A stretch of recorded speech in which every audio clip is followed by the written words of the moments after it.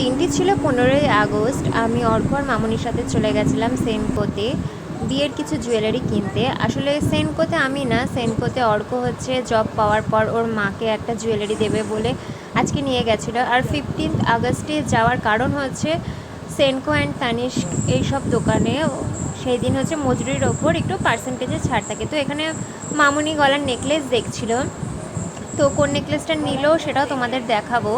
আর দেখো 15ই আগস্টে এত সুন্দর ডেকোরেশন করেছে।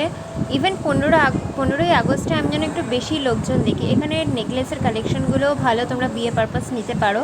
সত্যি যদি আমার নেকলেস আগে থেকে বানানো না থাকতো, আমি যদি আগে সেন্ড করতে আসতাম, তো অবশ্যই এখানে নেকলেসগুলো নিতাম। এতটাই পছন্দ হয়েছিল, যেহেতু আমার গয়নাগাটি সব বানানো হয়ে গেছে, তো মামনির জন্য দেখতে এসেছিলাম।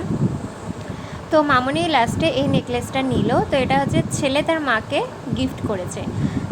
তো এই দেখো এখানে ওরা বিলিং কাউন্টারে গেছিলো, তো আমি ঘুরে ঘুরে জায়গাগুলো দেখছিলাম। এত সুন্দর করে সাজানো থাকে না, 15ই আগস্ট দেখে একটা মনের মধ্যে একটা দেশের প্রতি যেন আরও বেশি ভালোবাসা জাগে। তো ভিডিও করার সেরকম টাইম পাইনি, কারণ এই তানিশকে এসেছিলাম আমি আমার আংটি কেনার জন্য ডায়মন্ডের। না, আমি নিজের টাকায় কিনিনি, এটাও অর্ক দিচ্ছিল।